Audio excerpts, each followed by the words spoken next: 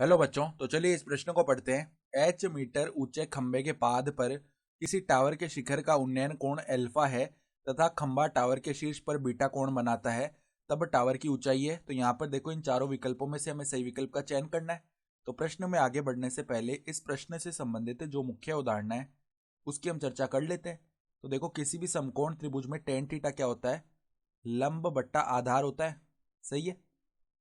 तो अब देखो, हमें सवाल में क्या बोला गया है कि एक एच मीटर ऊंचा खंबा है। तो मान लो ये एच मीटर ऊंचा खंबा हो गया।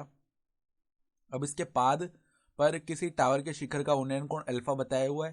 तो मान लो ये हमारा टावर है। टावर की जो ऊंचाई है ना, वो हमने एच मान ली है पूरी। सही है। तो अब इस खंबे के पाद इस खंबे के पाद पर टावर के शिखर का उन्नयन कोण अल्फा है। यानी कि देखो, ये जो कोण है ना, ये अल्फा हो गया। ठीक है। इस रेखा को हमने मिला लिया। फिर देखो, तथा खंबा टावर के शीर्ष पर बीटा कोण बनाता है। तो यहां पर मान लो इस रेखा को ऐसे मिलाया, तो खंबा देखो टावर के शीर्ष पर कितना कोण बनाएगा? बीटा कोण बनाएगा। तो ये कोण जो है ये बीटा हो गया हमारा। ठीक है। अब ये दूरी हम एक बार के लिए एक्स मान लेते हैं पूरी। तो अगर ये एक्स है ना, तो ये भी हमारे पास क्या आ जाएगी? एक्स आ जाएगी। सही है। तो अगर हम ए बी बोल रहे हैं इसको, और इस बिंदु को हम बोल रहे हैं यहाँ पे सी। ठीक है। तो ए सी की जो लंबाई है ना, वो क्या आएगी? देखो, यहाँ पे ये एच है, तो जो बी सी है ना, वो तो एच आ जाएगी। फिर ए सी की लंबाई अगर हम लिखेंगे तो बड़े एच में से छोटा एच हम घटा देंगे। ठीक है।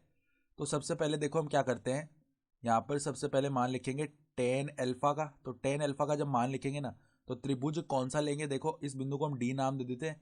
तो त्रिभुज ए डी भी लेना पड़ेगा। इसमें लंब बट्टा आधार लगाओ, यानी कि एच बट्टा एक्स आएगा। तो यहाँ से देखो, एच का मान जो है ना, वो एक्स टेन अल्फा आ चुका है। सही है। इसको समीकरण एक बोल देते हैं। फिर देखो, अब दूसरा त्रिभुज लेते हैं। इस बिंदु को अगर ई बोल दें, तो त्रिभुज ए ई सी में अगर हम टेन बीटा लिखेंगे ना, तो वो किसके बराबर आएगा? लंब बट्टा में आधार। तो लंब कितना है अपना? ए सी है, यानी कि बड़ा एच माइनस में छोटा एच, बट्टा में देखो यहाँ पर क्या आएगा? आधार कितना है? एक्स है। तो एक्स। सही है। तो यहाँ से देखो, इस बड़े एच माइनस छोटे एच का मान जो है एक्स टेन बीटा आ गया है। तो अब हम क्या करते हैं, देखो समीकरण एक यहाँ पे हमने जो बोला है ना, यहाँ से पहले x का मान निकाल लेते हैं। तो वो क्या आएगा? h बट्टा में टेन अल्फा आएगा। ये मान इसको बोला हमने समीकरण एक। तो ये x का मान उठाकर यहाँ पे रख देना है। तो बड़ा h माइनस छोटा h बराबर x का मान देखो क्या है? h बट्टा में टेन अल्फा। h बट्टा टेन अल्फा आ गया। और यहाँ पर गुणा में क्या है? टेन बीटा है ना। तो हमें मान किसका चाहिए? हमें तो टावर की ऊंचाई यानी बड़े एच का मान चाहिए। तो बड़े एच का मान निकालने के लिए देखो क्या कर सकते हैं, सभी पदों को इस तरफ लेके आए। तो एच तो हमने उबनिश निकाल लिया। तो एक माइनस में टेन बीटा बट्टा में टेन अल्फा बचा। और उस तरफ क्या चला गया? केवल एच चला गया। तो अब देखो, अंदर यहाँ पे लेसर लेंगे।